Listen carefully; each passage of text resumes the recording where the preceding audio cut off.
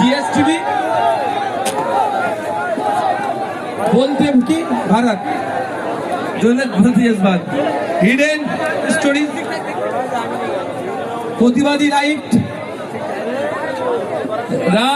রাজ্য কার কোনো চ্যানেলকে এরা মনে করবেন না জিটিএন নিউজ বাংলা আচ্ছা বড় ভাইয়ার আসতে আপনাদের কোনো কোশ্চেন করতে পারে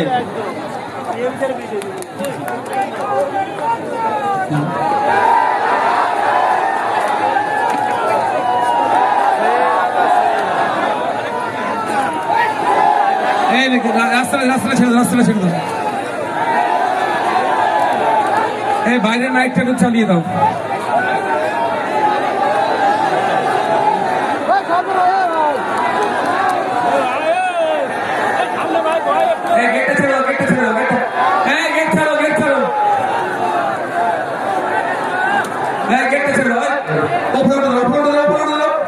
देखो देखो कौन आया देखो देखो कौन आया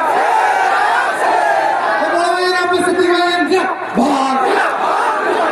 बड़ा मेरा पुस्तक में जा भाग बड़ा भाई क्या जा भाग देखो देखो कौन आया अरे देखो देखो कौन आया बड़ा भाई क्या स्वागतम बड़ा भाई क्या स्वागतम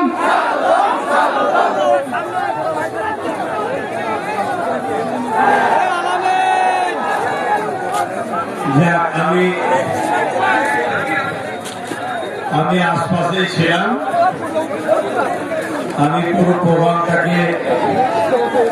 দেখেছি খেয়াল রেখেছি সবাই যদি মাঠেই চলে আসে তাহলে বাইরেটা কে দেখবে আমি 5 বছরের ফল নওশাদ সিদ্দিকী এবং তার সহযোদ্ধা আপনারা সবাই আপনাদের চেষ্টায় বিধানসভা আসতে হয়তো এখন অনেকটা বাকি আছে কিন্তু আজকের এই শহীদ মিনারের ময়দানে আপনারা যেভাবে প্রোগ্রাম ধুলো উড়িয়ে দিয়েছেন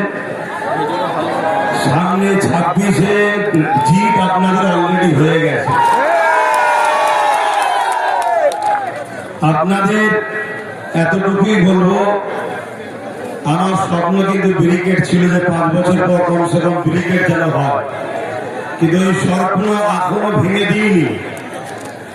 সেনাবাহিনী বন্ধুরা বলেছেন তিনাদের প্রোগ্রাম চলছে নিশ্চয়ই মাইক বাড়া আছে দেখছেন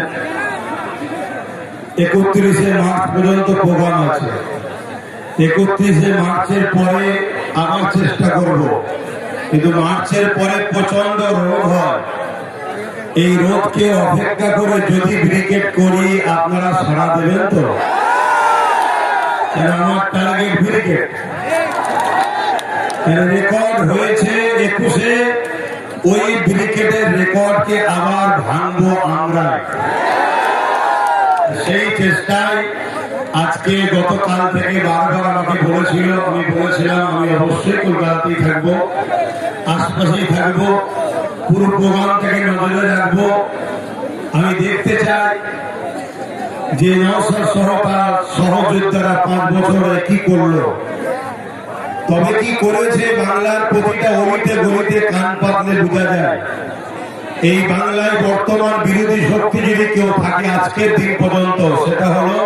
আইএসএফ মিডিয়াতে হয়তো অন্য কাউকে বিরোধী শক্তি বানানো হয় কেন রাজ্য সরকার বলেছিলেন তো বিজেপিকে ফন্ডে নিয়েছে লড়বো তাই বিজেপিকে বিরোধী হিসাবে দেখানো হয় কিন্তু হাকিকাতে বিরোধী বিজেপি নয় তাই এই সরকারের পতনের পরে যে গভর্নমেন্টটাই বাংলায় হবে সেই গভর্নমেন্টটার নাম হলো আইএসএফ আপনারা যে শক্তিতে যে মজবুতে দাঁড়িয়ে আছেন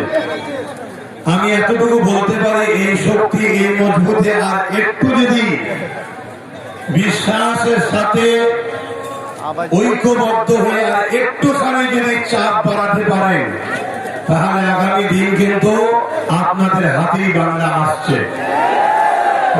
আমি আপনাদের এই প্রোগ্রাম দেখেছি সবই খুব ভালো লেগেছে আপনারা এইভাবে এগিয়ে যান আমার যে সহযোগিতা দোয়া আপনাদের সাথে ছিল, আছে, থাকবে। আমরা ভারতীয়, ভিক্ষা নয়, অধিকার চাই। আমরা ভারতীয়, কোন সংবিধান ছাড়া কোন দাদা দিদির কথা মানি না। সংবিধানের কথা যে দাদা দিদি বলবে সেই দাদা দিদিকে মাথায় নিয়ে ঘুরবো, আর যে দাদা দিদি সংবিধানকে তাকে রেখে নিজেদের কথা শোনাতে চাইবে সেই দাদা দিদিকে সংবিধানের ডায়েরিতে এনে জেলের কারাগারে আমরা যুব সমাজই বলবো। এই অঙ্গীকার নিয়ে আজকে আপনারা তো চলে গেছেন, রাস্তায় সব দেখছি চতুর্দিকে। কারণ আমি যদি আরেকটু আগে ঢুকতাম তাহলে তো আরো সমস্যা হয়ে যেত না। তো সেই